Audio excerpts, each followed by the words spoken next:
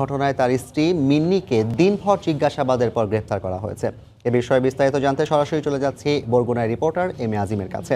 আজিম, জাফর, আপনি জানেন যে আয়েশা সিদ্দিকা মিন্নি নিহত রিফাতের স্ত্রী। বরগুনায় যে প্রকাশ্য রিফাতকে কুপিয়ে হত্যা করা হয়েছে, সেই রিফাতের স্ত্রী, তাকে কিন্তু সকাল 9:30টার পর তার বাসভবন বরগুনার নয়াকাটা থেকে তাকে কিন্তু নিয়ে আসা হয়। প্রথমে তাকে পুলিশ লাইনে নিয়ে আসা হলেও আজকে রাত্রে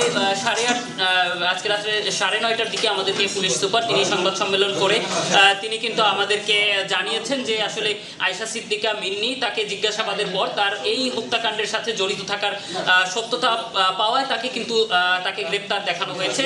আজকে ঠিক রাত্র 9:30টার পরে তাকে গ্রেপ্তার দেখানো হয়েছে এবং তিনি কিছুক্ষণ আগে আমাদেরকে সংবাদ সম্মেলনে কথা জানিয়েছেন। তিনি যেটি জানিয়েছেন যে আয়েশা সিদ্দিকা মিন্নি এই হত্যাকাণ্ডের পর থেকেই তাকে কিন্তু পুলিশি নজরের মধ্যে রাখা হয়েছিল এবং সে কোনো এই হত্যাকাণ্ডের সাথে জড়িত আছে কিনা সেটা তারা দেখতেছিলেন এবং তাদের পর্যবেক্ষণে তারা এর সত্যতা পেয়েছেন এবং তাকে পুলিশ লাইন্সে এনে যখন জিজ্ঞাসাবাদ করা হয়েছে তখনও কিন্তু তার এই সত্যতা মিলেছে। এবং সকাল থেকে আমাদেরকে যেটি বলা হয়েছিল যে রিফাত হত্যা মামলার যে অন্য আসামিরা আছে তাদের সাথে তাদেরকে শনাক্ত করা বা তাদের যে কথা যারা রিমান্ডে আছে তাদের মুখোমুখি করার জন্যই আসলে মিন্নিকে আনা হয়েছে এবং তাকে দিনভর সেখানে নানা ধরনের এই হত্যাকাণ্ডের বিষয়ে তারা কিন্তু পুলিশের বেশ যারা টিম আছে তারা কথা বলেছেন এবং সেই কথা বলার প্রেক্ষিতে যে ঘটনাগুলো বেরিয়ে এসেছে সেখানে পুলিশ দেখেছে যে আসলে এই হত্যাকাণ্ডের সাথে মিন্নির সংশ্লিষ্টতা থাকতে পারে বা রয়েছে।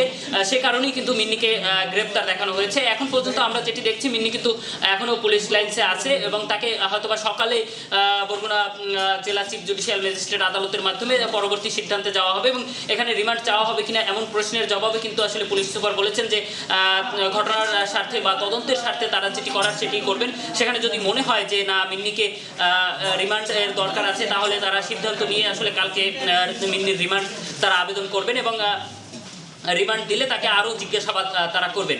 তো জাফর, এই ছিল আমার কাছে বরগুনা থেকে সবশেষ।